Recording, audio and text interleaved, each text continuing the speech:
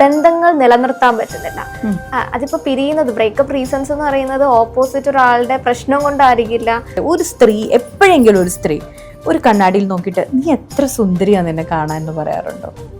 എന്ത് സുന്ദരിയാ നിന്നെ കാണാനെന്ന് സ്വന്തം പ്രതിബിംബത്തെ നോക്കിയിട്ട് ഇപ്പോൾ റിലേഷൻഷിപ്പിലേക്ക് കിടക്കുന്നതിന് മുമ്പ് ഒരു സെൽഫ് ക്ലെൻസിങ് ആവശ്യമാണ്.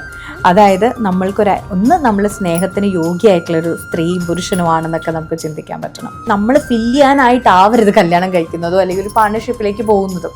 ഇപ്പൊ എനിക്ക് കുറച്ച് പൈസ ഇല്ല, ഞാൻ ഇയാളെ കെട്ടിക്കഴിഞ്ഞാൽ പൈസ എനിക്ക് കിട്ടും എന്ന് വിചാരിച്ച് കെട്ടാൻ പോകരുത്. പണം, സ്വാധീനം ഇതൊന്നും ഉള്ളത് കൊണ്ടല്ലേ നമുക്കിപ്പോ ഒരു കാര്യം വേണമെന്ന് വിചാരിച്ചാൽ എനിക്കത് കിട്ടുമെന്ന് പറഞ്ഞ കോൺഫിഡൻസ് ഈ ഫാക്ടേഴ്സ് കൊണ്ടല്ലേ ഉണ്ടാവുന്നത്? അല്ലല്ല, ലാലേട്ടൻ ഇനി എന്താകാനാണ് അല്ലെങ്കിൽ എന്ത് വേണമെന്നാണ് ആഗ്രഹമായിട്ടുള്ളത് എന്ന് ചോദിച്ചു. ഞാൻ അങ്ങനെ ഒരുപാട് ആഗ്രഹിക്കാറില്ല. ആഗ്രഹിച്ചു കഴിഞ്ഞാൽ അതെനിക്ക് കിട്ടും, ഇങ്ങനെയാണ് പറഞ്ഞത്. അതിന്റെ മറ്റൊരു മീനിങ് എനിക്ക് ഇപ്പോഴാണ് മനസ്സിലായത്. അതിൽ വർക്ക് ചെയ്യുന്നോണ്ടാണ് അങ്ങനെ സംസാരിക്കാൻ പറ്റുന്നത് ലാലേട്ടനൊക്കെ.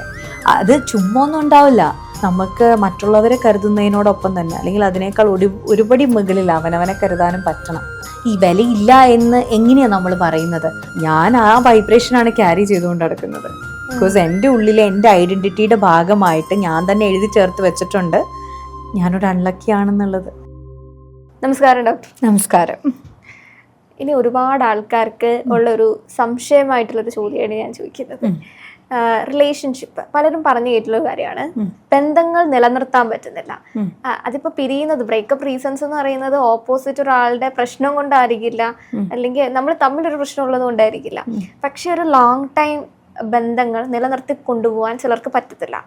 അത് ഈ ചൈൽഡ്ഹുഡ് ട്രോമകൾ അങ്ങനത്തെ ഒരു റീസൺ ആയി വരുന്നുണ്ടോ? എന്തുകൊണ്ടാണ് അങ്ങനെ ഒരു ബന്ധങ്ങളെ കീപ്പ് ചെയ്ത് കൊണ്ടുപോകാൻ അല്ലെങ്കിൽ അങ്ങനെ കൊണ്ടുപോകാൻ പറ്റാത്തത്? ചൈൽഡ്ഹുഡ് ട്രോമ ഒരു മെയിൻ റീസൺ തന്നെയാണ്. പക്ഷേ അത് മാത്രമല്ല, ആക്ച്വലി നമ്മളിപ്പം ഒരു എന്താ പറയുക, നമ്മളെക്കുറിച്ചുള്ള ഒരു ഐഡൻറ്റിറ്റി ഇല്ലേ, ഞാൻ ആരാണ് എന്നുള്ളൊരു ചോദ്യം ഉണ്ടല്ലോ. ഈ ഐഡൻറ്റിറ്റി എങ്ങനെയാണ് ഫോം ചെയ്യുന്നത്? പല രീതിയിലാണ്. ഒന്ന് മെയിനായിട്ടൊരു ചൈൽഡ്ഹുഡ് കണ്ടീഷനിങ് ആണ്. അതായത് ഇപ്പോൾ നമ്മളൊരു കുട്ടി ഉണ്ടാകുമ്പോൾ തന്നെ നമ്മൾ അവരോട് പറയാറുണ്ടല്ലോ, ഇപ്പം ഇത് വെളുത്താണ്, അത് കറുത്താണ്, അല്ലെങ്കിൽ നിൻ്റെ ചേച്ചിയുടെ അത്ര നീ പഠിക്കുന്നില്ല. പിന്നെ അതുപോലെ നമുക്ക് ഈ ഐഡൻറ്റിറ്റീസ് നമ്മുടെ ഫിസിക്കലിയും അതുപോലെ തന്നെ നമ്മുടെ കഴിവിനെക്കുറിച്ചും ഒക്കെ നമ്മുടെ കൂടെയുള്ള എല്ലാ ആളുകളും പറഞ്ഞ് നമ്മൾ കേൾക്കുന്ന കുറേ കാര്യങ്ങളുണ്ട്. ഇതെല്ലാം നമ്മുടെ ഐഡൻറ്റിറ്റിയുടെ ഭാഗമാവും. അപ്പം ഒന്ന് ചൈൽഡ്ഹുഡ് കണ്ടീഷനിങ് കൊണ്ട് തന്നെ ഞാൻ ആരാണ്, അല്ലെങ്കിൽ ഇപ്പോൾ നമ്മളെക്കുറിച്ച് പറയുകയാണ് നിനക്ക് വലിയ മിടുക്കൊന്നുമില്ല എന്ന് ചെറുപ്പം തൊട്ട് കേട്ട് കഴിഞ്ഞാൽ നമ്മുടെ ഉള്ളിൽ നമ്മളെക്കുറിച്ചുള്ള ഐഡൻറ്റിറ്റി എന്ന് വെച്ചാൽ ഞാൻ അത്ര മിടുക്കമുള്ള ആളല്ല എന്നുള്ളതാണ്. അപ്പോൾ ഇങ്ങനെയുള്ള കുറേ ഇൻസെക്യൂരിറ്റീസ് ഉണ്ടാവാം. അതുകൂടാതെ തന്നെ ഇപ്പോൾ ചിലപ്പം നമ്മൾ ഏറെ സ്നേഹിച്ച ആളുകളിൽ നിന്ന് ഇപ്പോൾ ചിലപ്പോൾ പറയാം ഒത്തിരി സ്നേഹത്തോടു കൂടി ഓടി ചെന്നൊരു മിഠായിക്ക് വേണ്ടി ഒരു കുട്ടി ചെന്നു കഴിഞ്ഞപ്പം നിനക്കൊന്നും ഇന്ന് മിഠായി ഇല്ല, മറ്റേ ആൾക്ക് കൊടുക്കും, നീ നിനക്ക് ഇന്നലെ തന്നതല്ലേ എന്ന് പറഞ്ഞ് ആ കുട്ടിക്ക് കൊടുത്തില്ല എന്ന് വെച്ചു. ചെറിയൊരു സംഭവമായിരിക്കും. ചിലപ്പോൾ ഇതുപോലും ആ കൊച്ചിൻ്റെ മനസ്സിൽ വലിയ ട്രോമയായിട്ടായിരിക്കും കിടക്കുക. അതായത് ഞാൻ വലിയ സ്നേഹത്തോടെ ചെന്നിട്ട് എനിക്കൊരു മിഠായി കിട്ടിയില്ല, അപ്പോൾ ഞാൻ അവിടെ അവഗണിക്കപ്പെട്ടു. അപ്പം ഞാൻ അവഗണിക്കപ്പെട്ടു പോകുമോ? അതും ചിലപ്പോൾ ഐഡൻറ്റിറ്റിയുടെ ഒരു വിങ് ആയിട്ട് കൂടും. ഇങ്ങനെ ഓരോരോ കാര്യങ്ങളും. എന്നിട്ട് നമ്മളിങ്ങനെ കേൾക്കുന്ന കാര്യങ്ങൾ കുറച്ച് കഴിയുമ്പോഴത്തേക്കും നമ്മളോട് അത് എന്താ പറയുക റിപ്പീറ്റായിട്ട് പറയാൻ തുടങ്ങും. നമ്മൾ പറയാറില്ലേ, എന്നാലും അന്ന് അവരെന്നോടത് ചെയ്തു, എന്നെ എപ്പോഴും ഒറ്റപ്പെടുത്തുമായിരുന്നു, എന്നോട് പണ്ട് പറയുന്നത് ഞാൻ ഭയങ്കര വണ്ണമുള്ള കുട്ടിയാന്ന് പറയുമായിരുന്നു, ഞാൻ പിന്നെ പറയുമായിരുന്നു ഞാൻ ഭയങ്കര പാവമായിരുന്നു, എന്നെ ആർക്കും എന്തും പറയായിരുന്നു. നമ്മളെക്കുറിച്ച് തന്നെ അങ്ങനെ എത്ര സ്റ്റേറ്റ്മെന്റ്സ് പറയുന്നു. ഈ സ്റ്റേറ്റ്മെന്റ്സ് എല്ലാം നമ്മൾ ആരോട് ഇന്ററാക്ട് ചെയ്യുന്നു അവരിലേക്കും അത് പ്രതിഫലിക്കും. അതായത് ആ എനർജി ആയിരിക്കും നമ്മളിൽ ഉണ്ടാവുക. അപ്പോൾ നമുക്ക് റിലേഷൻഷിപ്പിലാണെങ്കിലും ഇപ്പം നമ്മൾ പറയാം നമ്മൾ കരുതുന്നത് പോലെ നമ്മൾ ആരും കരുതാറില്ല എന്നൊരു ഐഡൻറ്റിറ്റി നമുക്കുണ്ടെന്ന് വിചാരിക്കാം. അപ്പോൾ റിലേഷൻഷിപ്പിൽ അവർ ഭയങ്കര ഓവർ ഗീവർ ആയിരിക്കും, അവരൊരു പീപ്പിൾ പ്ലീസർ ആയിരിക്കും, അല്ലെങ്കിൽ ഓവർ ഗീവ് ഇങ്ങനെ ചെയ്തുകൊണ്ടേയിരിക്കും. കാരണം പണ്ട് തൊട്ട് അവർക്ക് അതാ ശീലം, അവർക്ക് തിരിച്ചതൊന്നിട്ട് കിട്ടാറുമില്ല. എന്നിട്ട് അവർ സങ്കടപ്പെടും എൻ്റെ ലൈഫ് ഇങ്ങനെ ആയിപ്പോയെന്ന്. ബട്ട് ദ റിയാലിറ്റി അവരുടെ ഐഡൻറ്റിറ്റിയിൽ അവരൊരു ഓവർ ഗീവറാണ്. കാരണം എങ്ങനെയാ ഓവർ ഗീവർ ആണെന്നുള്ള ഐഡന്റിറ്റി ഫോം ചെയ്ത് ചെറുപ്പത്തിലെ തന്നെ അവർക്ക് ഇപ്പം ഈ പറഞ്ഞ പോലെ സ്നേഹിച്ചപ്പോൾ ചിലപ്പോൾ തിരസ്കരിക്കപ്പെട്ടിട്ടുണ്ടാവാം. ചിലപ്പോൾ സിബ്ലിങ്സിൻ്റെ ഇടയിൽ ഈ ഇപ്പം ഒരു കുറച്ച് പിള്ളേരുണ്ടെങ്കിൽ ഇവർക്കായിരിക്കും അനിയത്തിനെ ആയിരിക്കും കൂടുതൽ കെയർ ചെയ്തിട്ടുണ്ടാവുക, മൂത്ത കുട്ടിക്ക് അത്ര പ്രാധാന്യം കൊടുത്തിട്ടുണ്ടാവുകയില്ല. അപ്പം തന്നെ നമ്മൾ തന്നെ നമ്മുടെ ഒരു പ്ലേസ് വാല്യൂ ഉണ്ടല്ലോ, അത് നമ്മൾ തന്നെ അങ്ങ് നിശ്ചയിച്ച് വെച്ചിട്ടുണ്ടാവും. ആ പ്ലേസ് വാല്യൂയുടെ ആ ഒരു കണ്ടീഷനിങ്ങിലാണ് നമ്മൾ റിലേഷൻഷിപ്പിലോട്ടും കിടക്കുന്നത്. അപ്പോൾ അവിടെ നമ്മൾ ഓർക്കണമെന്ന് വെച്ചാൽ അന്ന് കിട്ടാതിരുന്ന, അല്ലെങ്കിൽ ഞാൻ എൻ്റെ ഐഡന്റിറ്റിയിൽ ചിന്തിക്കുവാണ് എന്നെ ആരും സ്നേഹിക്കാനില്ല, ഐ എം അൺലവബിൾ പേഴ്സൺ എന്നാണ് എൻ്റെ ഐഡന്റിറ്റി എങ്കിൽ, ഞാൻ റിലേഷൻഷിപ്പിലേക്ക് കിടക്കുമ്പോൾ എൻ്റെ ചിന്ത എന്ന് വെച്ചാൽ ആ ഒരു ഐഡന്റിറ്റി ഇയാൾ മാറ്റി തരും എന്നുള്ളതാണ്. പക്ഷേ ദ റിയാലിറ്റി, എൻ്റെ ഐഡന്റിറ്റിയിൽ ഞാൻ എന്താണോ എനിക്ക് കൊടുത്തിട്ടുള്ള ഡെഫിനിഷൻ, അതായിരിക്കും എൻ്റെ വൈബ്രേഷൻ. ഞാൻ എവിടെ പോയാലും ഞാൻ അങ്ങനത്തെ ആളുകളോട് അങ്ങനെ തന്നെയായിരിക്കും ആളുകൾ എന്നോട് ട്രീറ്റ് ചെയ്യുക. അപ്പോൾ നമ്മൾ പക്ഷെ ദൈവത്തോട് എന്തൊരു വിദ്യ ഇത്, ഞാൻ ഇത്രയും സ്നേഹിച്ചിട്ടും എല്ലായിടത്തുനിന്നും എനിക്ക് ഇത് തന്നെയാണല്ലോ കിട്ടുന്നത്, അവഗണനകളാണല്ലോ കിട്ടുന്നത്. അപ്പം ഞാൻ എപ്പോഴും പറയാറുണ്ട്, നിങ്ങളുടെ ലൈഫിൽ എന്തെങ്കിലും റിപ്പീറ്റഡ് പാറ്റേൺസ് വരുന്നുണ്ടെങ്കിൽ അതിൻ്റെ മീനിങ് എന്ന് പറഞ്ഞാൽ നിങ്ങളതാണ് എന്നുള്ളതാണ്. അപ്പം നമ്മളിലാണ് ആ മാറ്റം കൊണ്ടുവരേണ്ടത്. ഈവൻ എനിക്ക് നല്ല സ്നേഹത്തിന് അർഹതയുള്ളവളാണ്. പലപ്പോഴും ഈ വിമൻ കുട്ടികൾ നമ്മളിങ്ങനെ സാക്രിഫൈസ് ചെയ്യാനൊക്കെയാണ് നമ്മൾ പഠിപ്പിക്കുന്നത്. അതൊക്കെ വലിയ ക്വാളിറ്റി ആയിട്ട് നമ്മൾ പഠിപ്പിക്കാം. കുറച്ചങ്ങ് സഹിച്ചേരെ, അത് ഭയങ്കര മിടുക്കുള്ളവരാണ് ഈ സഹിക്കുന്നതെന്നൊക്കെ ഉള്ളത് കേട്ട് നമുക്ക് തോന്നും, നമ്മളിലൊരു വിങ് പോലെ നമുക്ക് തോന്നും കുറച്ചൊക്കെ സഹിച്ചു കഴിഞ്ഞാൽ എനിക്ക് കുറച്ചൊക്കെ ടോളറൻസ് ലെവൽ വേണം. പക്ഷെ ഒട്ടും ടോളറൻസ് ലെവൽ ഇല്ലെങ്കിലും പ്രശ്നമാണ്. പക്ഷെ ഭയങ്കരമായിട്ട് സഹിക്കുന്ന ഒരു കുട്ടിയാണെങ്കിലോ അതിൻ്റെ അവസ്ഥ എന്തോ? അത് അതിൻ്റെ ക്വാളിറ്റി ആണ് അത് ചിന്തിച്ചുകൊണ്ടിരുന്നത്. പക്ഷെ അത് അതിനെ തന്നെ ഇല്ലാണ്ടാക്കി കളയും. സോ നമുക്ക് ഈ പറഞ്ഞ പോലെ തന്നെ നമുക്ക് മറ്റുള്ളവരെ കരുതുന്നതിനോടൊപ്പം തന്നെ, അല്ലെങ്കിൽ അതിനേക്കാൾ ഒരുപടി മുകളിൽ അവനവനെ കരുതാനും പറ്റണം. അതുപോലെ അങ്ങനെ പറ്റുമ്പോൾ മാത്രമാണ് റിലേഷൻഷിപ്പിലൊക്കെ നമുക്കത് കിട്ടുകയുള്ളൂ. അപ്പം നമുക്കറിയാം, ഇപ്പം ഏത് റിലേഷൻഷിപ്പ് ഇഷ്യൂ എടുത്താലും എല്ലാവരുടെയും പ്രശ്നത്തിൽ മെയിൻ ഒരു കാര്യം, എന്നെ മനസ്സിലാക്കുന്നില്ല, എനിക്ക് സമയം തരുന്നില്ല, എന്നെ കരുതുന്നില്ല, എനിക്ക് യാതൊരുവിധ വിലയില്ല. അപ്പം ഈ വിലയില്ല എന്ന് എങ്ങനെയാണ് നമ്മൾ പറയുന്നത്? അപ്പോൾ നമ്മൾ പറയും, എന്നോടുള്ള അവരുടെ പെരുമാറ്റം കൊണ്ട് എനിക്ക് തോന്നിയതാണ് എനിക്ക് വിലയില്ല എന്ന്. ബട്ട് ദ റിയാലിറ്റി, അവരുടെ പെരുമാറ്റം കണ്ടപ്പോൾ ഞാൻ അതിന് കൊടുത്ത ഡെഫിനിഷനാണ് എനിക്ക് വിലയില്ല എന്നുള്ളത്. എനിക്ക് വിലയില്ല എന്ന് ഞാൻ എങ്ങനെയാണ് ഡെഫിനിഷൻ കൊടുക്കുന്നു? കാരണം പണ്ട് തൊട്ട് ഞാനതിൽ കണ്ടീഷൻഡാണ്.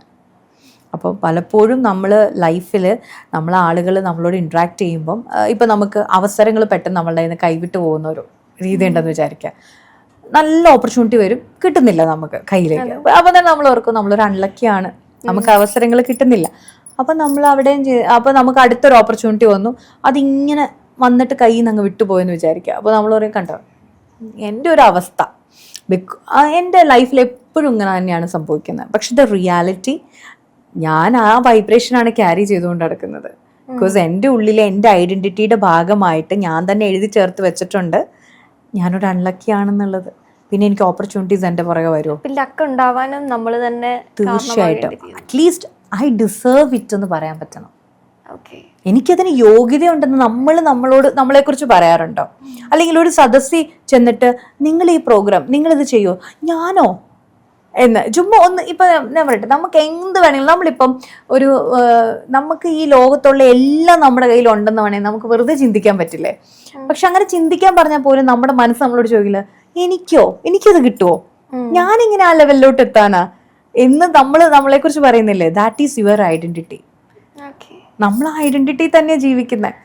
അപ്പൊ നമുക്ക് ചുമ്മാ ഇമാജിൻ ചെയ്യാൻ പോലും പറ്റില്ല നമ്മൾ ആ ലെവലിലേക്ക് എത്തുമെന്നുള്ളത്. നമുക്ക് ഈ പണം, സ്വാധീനം ഇതൊന്നും ഉള്ളത് കൊണ്ടല്ലേ നമുക്കിപ്പോ ഒരു കാര്യം വേണമെന്ന് വിചാരിച്ചാൽ എനിക്കത് കിട്ടുമെന്ന് പറഞ്ഞ കോൺഫിഡൻസ് ഈ ഫാക്ടേഴ്സ് കൊണ്ടല്ലേ ഉണ്ടാവുന്നത്?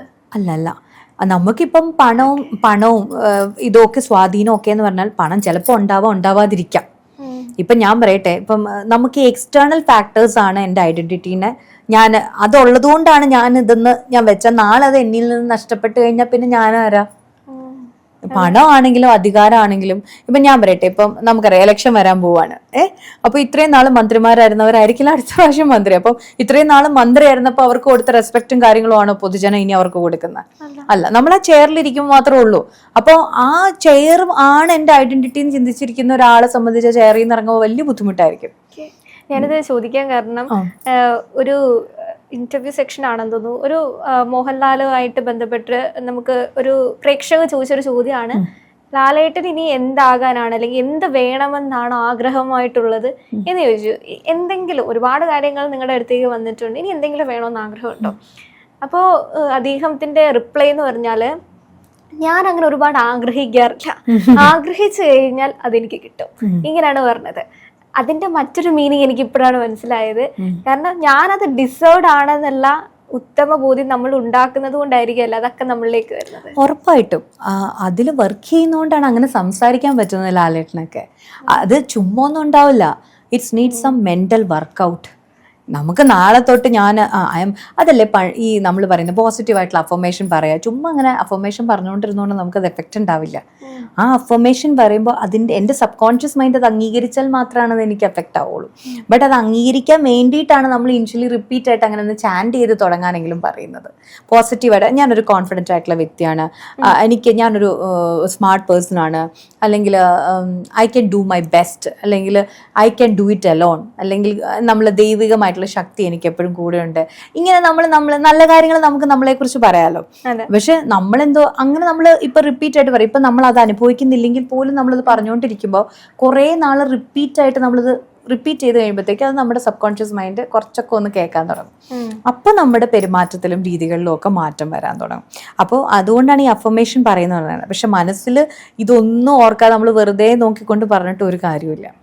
അപ്പോൾ ഇപ്പം ഞാൻ ചോദിക്കട്ടെ, ഒരു സ്ത്രീ എപ്പോഴെങ്കിലും ഒരു സ്ത്രീ ഒരു കണ്ണാടിയിൽ നോക്കിയിട്ട് നീ എത്ര സുന്ദരിയാണ് നിന്നെ കാണാൻ എന്ന് പറയാറുണ്ടോ? എന്ത് സുന്ദരിയാണ് നിന്നെ കാണാനെന്ന് സ്വന്തം പ്രതിബിംബത്തെ നോക്കിയിട്ട് ഏതെങ്കിലും സ്ത്രീകൾ പറയാറുണ്ടോ? ഇപ്പൊ ഞാൻ ഐ ആം ബ്യൂട്ടിഫുൾ എന്ന് വേണമെങ്കിൽ അഫർമേഷൻ പോലെ പറയാം. പക്ഷെ ഞാൻ ഈ പറഞ്ഞ ഇമോഷനിൽ പറയാൻ പറ്റുമോ? എന്ത് സുന്ദരിയാ നീ എന്ന് അറിയാമോ എന്ന് ഇപ്പൊ ഞാനിത് പറയുമ്പോൾ തന്നെ ഇപ്പൊ ആതിരെ നോക്കിയിട്ട് അങ്ങനെ പറയുമ്പോൾ വാട്ട് യു ഫീൽ? നമ്മൾ തന്നെ നമ്മുടെ പ്രതിബിംബത്തെ നോക്കിയിട്ട് അങ്ങനെ പറയുമ്പോൾ അതൊക്കെ ശരിക്കും പ്രാക്ടീസ് ചെയ്യേണ്ട കാര്യങ്ങളാണ്. അങ്ങനെയൊക്കെ ചെയ്യുമ്പോഴാണ് നമുക്ക് നമ്മുടെ ഐഡന്റിറ്റിയിൽ ചേഞ്ച് ഉണ്ടാവുള്ളൂ. ഇല്ലെങ്കിൽ എൻ്റെ ഐഡന്റിറ്റി എന്ന് പറയുന്നത് ഇങ്ങനത്തെ ഫാക്ടേഴ്സ് കൊണ്ട് തന്നെ രൂപപ്പെട്ടിട്ടുള്ളതാണ്. ഞാൻ ഉണ്ടായി കിടക്കുമ്പോൾ തൊട്ട് എന്നെക്കുറിച്ച് അഭിപ്രായങ്ങൾ ആളുകൾ പറയും. ഇതൊരു പാവം കൊച്ചാണ്, അല്ലെങ്കിൽ അത് ഇങ്ങനെയൊക്കെ ചെയ്താൽ, അതിനോട് കുറച്ച് കാര്യങ്ങൾ ചെയ്താൽ അതൊന്നും പ്രതികരിക്കില്ല, പാവമാണ്, അവളെല്ലാ ജോലിയും ചെയ്തോളും, അങ്ങ് ഏൽപ്പിച്ചാൽ മതി, ഒരു മടിയും പറയില്ല എന്ന് പറയുന്നത് എന്തുകൊണ്ടാ? ഞാൻ അങ്ങനെയാണ് അവിടെ ട്രീറ്റ് ചെയ്യുന്നതെങ്കിൽ എന്നെക്കുറിച്ച് അങ്ങനെയായിരിക്കും പറയുന്നത്.